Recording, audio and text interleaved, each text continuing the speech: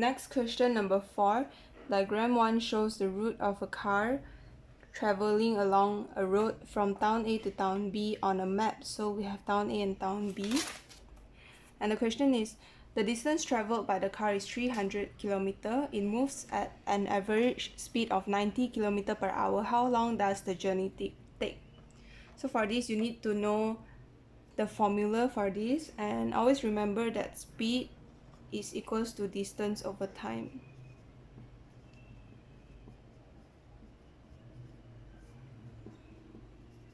So when you know that speed equals to distance over time, you can generate another formula from here, another triangle, which is S equals to D over T. So this is a very useful triangle. And now, how long does the journey take? So what they want is the time. So referring to the time here. So they will give you the distance and the speed. So as you can see here, the distance traveled is 300 and the speed is 90. So to get the time, it would just be 300 over 90 per hour. And the answer for number 4 here is B, exactly 300 over 90. And they have more answers to confuse you. C is obviously wrong because the formula is the other way around, so C is obviously wrong. But then they have A and D to confuse you. For A, they say that it is less than 300 over 90 because the journey is not a straight line. For D, they say that it is more than 300 over 90 because the journey is not in a straight line. This is to confuse you, but you have to remember that speed is essentially a scalar quantity.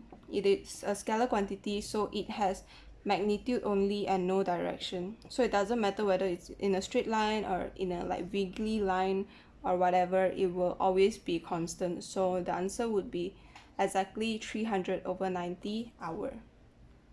Okay, now we will move on to question number 5. Diagram 2 shows a frictional force acting on a wooden block that is pushed and allowed to slide along a table. What will the frictional force do to the sliding block? So as you know, friction is any force that opposes the original force. So let's say an object is moving this way, then the friction must be opposite the object. You can see that.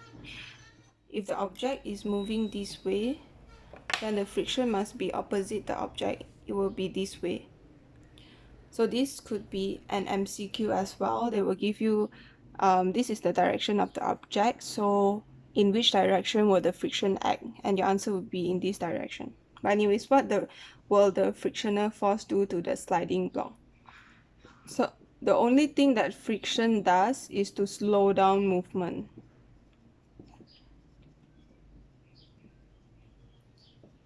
Okay, and in a lot of times this is very inconvenient because when you slow down movement, you need to use more energy to make things move.